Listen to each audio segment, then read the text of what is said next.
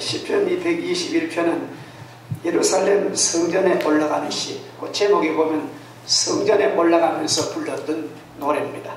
또 이것을 여행시라고도 하고 또 우리 성도들이 등산 가서 많이 읽은 아주 귀한 말씀입니다.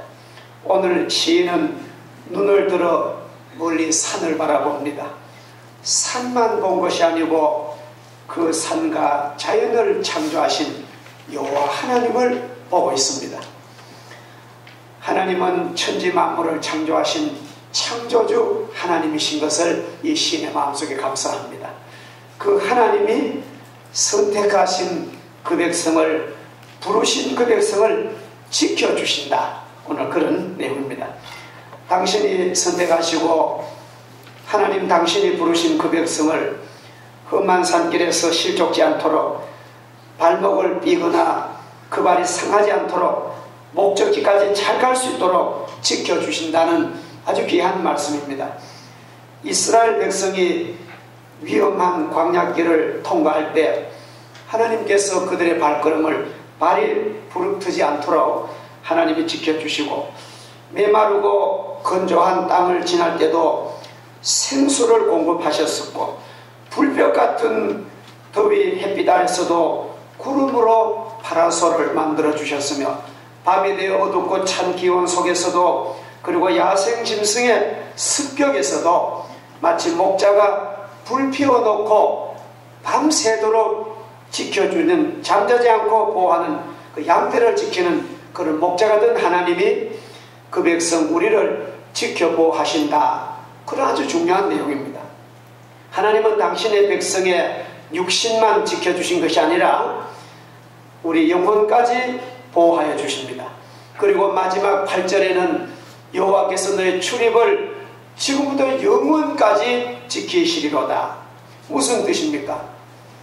이 귀한 고백의 내용은, 출입이라고 하는 것은 우리 이 땅에 우리가 출생하던 그때부터 나의 삶을 전체적으로, 입체적으로, 통전적으로 내 인생의 출발점인 출생에서부터 하나님의 나라에 입국해서 주님 만날 때까지, 영광의 나라 천국에서 주님과 영원히 만날 때까지 내 인생의 풀타임을 하나님이 지켜주신다. 그런 내용입니다. 시편 121편은 전체가 8절입니다. 근데 이 짧은 시편이 하나님이 너를 지켜주신다는 말이 무려 7번이나 반복합니다. 얼마나 우리를 사랑하시고 나를 보호하시고 나를 인도해 주심을 우리는 이 성경을 읽으면 잘 알 수가 있습니다. 할렐루야. 현재 우리가 살고 있는 이 본동 송현동은 여러분 또 공감하시지만도요, 아마 대구 시내에서 아이들 보호하는 데는 가장 좋은 동네입니다.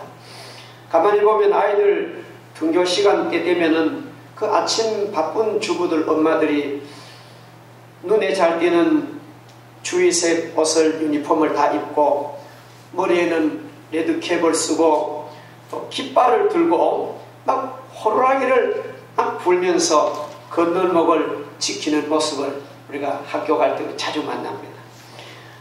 스쿨존은 자동차 속도를 30km 이하로 제한시키는 표지가 아주 확실히 붙어 있으며, 도로면은 자동차 타이어가 까칠까칠한 줄처리로 제동시키는 시설과, 또 그래도 모자라서 도로변에는 아주 튼튼한 울타리로 어린아이들을 보호하는 그런 동네임을 우리가 자부합니다. 훌륭한 교육시설, 보호시설, 아름다운 건물, 푸른 나무들, 생명을 보호하는 교육정책, 배려, 정말 좋은 국가입니다. 아이들 얼마나 행복합니까? 우리 교회도 어떤 거는 그래요. 왜 이 앞에 담 이거 탁 터버리고 자동차 되면 많이 편리할 텐데 왜 담을 두시면 안 돼? 그 대답은 어린아이들 교회에서 뛰쳐나가다가 다치지 않도록 일부러 우리가 그 가운데를 담을 한 것입니다. 우리의 지키는 것은 그래도 불완전합니다. 오늘 하나님께서 여러분과 저를 얼마나 사랑하시는지 우리를 지키시는 그 하나님, 하나님께서 택한 백성을 지켜주시고 너를 실족지 않게 하시며 너를 지키시는 이는 졸지도 주무시도 아니하시며 너를 지키시는 하나님이 내 오른쪽에서 내 그늘 되시며 낮에 해가 너를 상치 아니하며 밤에 달도 너를 해치 아니한다고 하십니다. 그러면 이렇게 하나님이 지켜주는데 그러면 성도들이 때로는 병도 나고 시험도 들고 사업도 막 이렇게 부도가 나고 왜 그렇습니까? 하나님이 그렇게 밤낮을 지켜주는 보호받는 우리가 뭐든지 잘 돼야 되는데 왜 그런 일이 일어납니까? 그것이 우리 성도들의 중대한 질문입니다.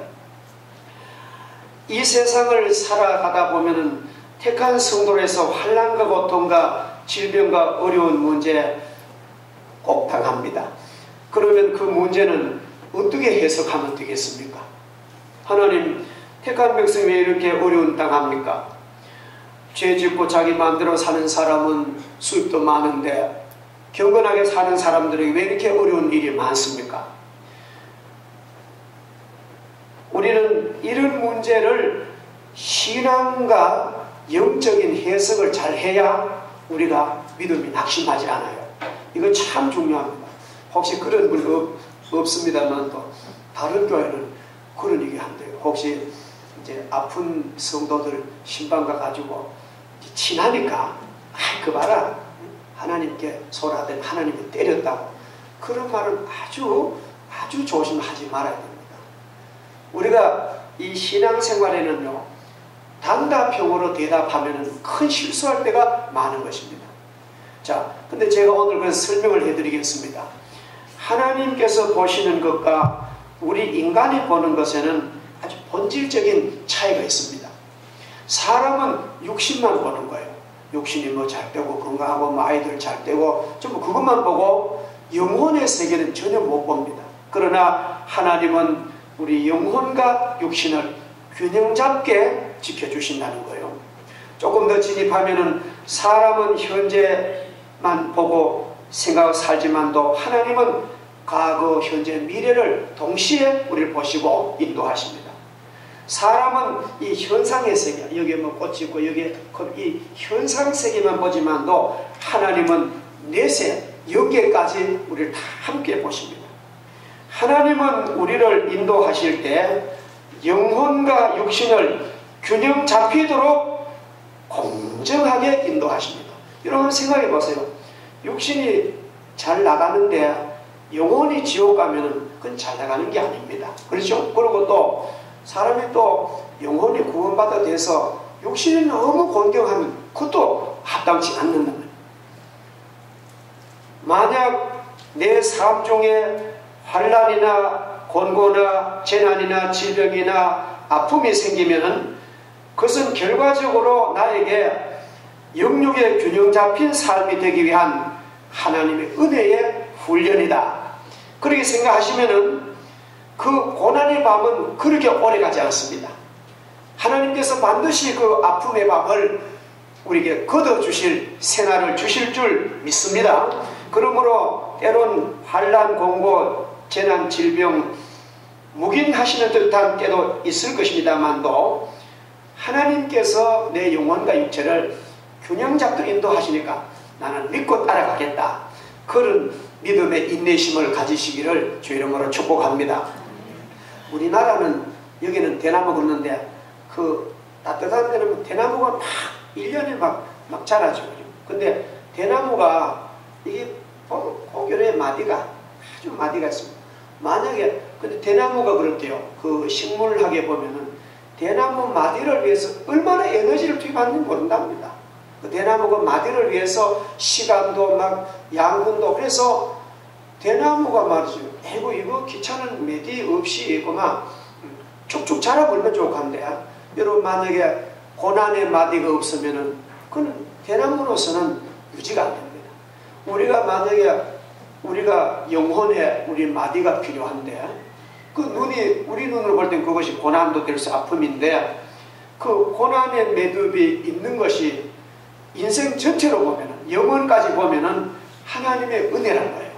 할렐루야. 조금 어려운 말씀이지만 이 성경 내용이 그런 내용입니다. 그래서 여러분 가운데 심한 아픔이라든지 치료라든지 어떨 때는요, 저도 겪어봤으면 차라리 그만 치료받지 말고만 그냥 지나고 싶은 그런 아픔이 있어도 우리 기도하며 치료를 받는 것입니다. 왜? 하나님께서 이 내 고난의 마디를 통해서 나를 더 성숙하게 내 영혼을 복주실 줄 믿습니다.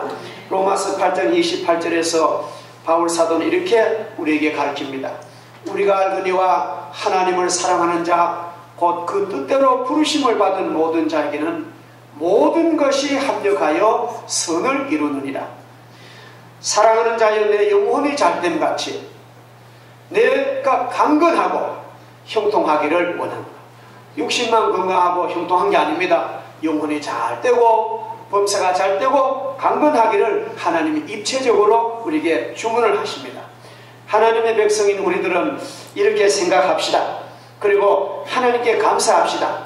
내 인생의 어느 한때는 고난과 아픔과 역경이 있더라도 그것이 전체 인생은 아니라는 것입니다. 그래서 오히려 그것이 하나님의 자녀로 변화된 삶으로 나를 진입시킨다면 하나님 내가 잘 견디겠습니다. 그런 믿음 가질 때 하나님이 크게 도우실 줄 믿습니다. 제가 오늘 낮에 우리 변집사님 손녀 은영이가 돌아왔겠네 그랬습니다. 은영이가 많이 고생을 많이 해서 은영아 너무 조급해하지 말고 1년을 안식년 얻은 것처럼 1년을 방학한 것처럼 넉넉하게 생각하고 마음을 여유를 가지고 예배드리고 찬송 그러면 그 마음의 병은 달아난다. 그래서 절대로 초조하지 말고 믿음으로 살아라고 그런 격려를 했습니다. 우리는 인생은 단거리가 아닙니다. 100m만 잘 뛴다고 잘 뛴 게 아니면 롱런을 잘 해야 됩니다. 그렇죠? 그래서 우리는 하나님이 나를 균형 잡게 처방하시는 거룩하신 그 하나님의 뜻을 내가 깨닫는 것이 얼마나 소중한지 모릅니다. 나의 하나님이 그리스도 예수 안에서 그 영광 가운데 풍성한 대로 너희 모든 쓸 것을 채우시리라. 우리가 이 어려움을 지나고 보니까요, 하나님이 탄탄대로를 주시는데 너무너무 좋은 거예요. 저는 그런 자랑합니다. 제가 친구들, 선후배들 만나면은 난 참 마음이 기쁘다. 내가 무슨 무슨 물질적인 수입이 많아서 그런 게 아니라 나는 내 마음이 너무너무 기쁘고 난 보람있다. 그런 얘기를 합니다. 실제로 그렇잖아요. 아무런 걱정 근심이라고는 없는 거예요. 하나님께서 이게 그냥 주신 게 아니라 지난날에 고난의 건널목을 믿음으로 걷는 저희 백성이 주시는 하나님의 은혜인 줄 믿습니다. 이처럼 하나님의 은혜로 지켜주심을 또 인도해 주심과 모든 것을 공급받는 여러분이 어떻게 살아가야 될까요? 전능하신 하나님을 믿고 신뢰하며 긍정적으로 사시기 바랍니다. 지금까지 내가 산 것도 하나님의 은혜입니다. 앞날도 은혜 주실 것을 믿습니다. 그리고 내 남은 시간을 종말론적인 의식을 가지고 하나님의 사역에 충성을 다하겠습니다. 그렇게 폰만 잡아도요, 하나님이 공급해 주시고 능력을 주십니다. 걱정할 거 없어요. 택한 백성은요, 하나님이 인도하십니다. 제가 어젯밤에 그 마태복음 마지막을 보면서 이런 말씀이더라고요. 수백 번 봤지만 제가 얼마나 은혜를 받았는지. 하늘과 땅의 모든 권세를 하나님이 내게 주셨는데, 부활하신 예수님이 그 권세를 위임받았는데, 너희는 가서 모든 족속으로 제자를 삼아 아버지와 아들과 성령으로 세례를 주고 내가 네게 분부한 모든 것을 가르쳐 지키게 하라. 볼지어다 세상 끝날까지 너와 항상 함께 하리라. 저는 그 말씀 보고 얼마나 힘을 얻은지 모릅니다. 하나님이 우리를 떠나시지 않습니다. 그래서 여러분이 이런 권세, 이런 권능의 주님이 여러분을 힘주고 계시는데 뭐 때문에 우리가 불안하겠어요. 그래서 이런 큰 말씀을 믿기를 주 이름으로 축복합니다. 하나님의 거룩한 백성이며 그 자녀된 우리가 하나님이 맡겨주신 사역에 선한 청지기로 책임을 감당하면은 주님께서는 더 엄청난 것으로 우리에게 보답을 하십니다. 그렇게 살아가시는 여러분 생애에, 여러분 가정에 하나님의 큰 축복이 충만하기를 주 이름으로 축복합니다. 축복합니다. 전능하신 하나님 아버지 감사합니다. 우리들을 지켜주시는 전능하신 하나님께 계시오니 우리가 두려워하지 않고 걱정 근심 다 버리고 주만 신뢰하는 저희들 되게 하시옵소서. 오늘 성도 시인은 산을 가서 산만 보지 아니하고 그 산을 만드신, 자연을 만드신 창조주 하나님을 바라보고 감사하고 있습니다. 내 육신을 지켜주시고 내 영혼을 사랑하시고 내가 영광의 나라 갈 때까지 내 인생 전체를 보호하시는 좋으신 하나님, 사랑의 하나님을 내가 확실히 믿고 주님과 동행한 우리 성도들 되도록 축복하시고 인도하여 주시옵소서. 예수님의 이름으로 기도하옵나이다. 아멘.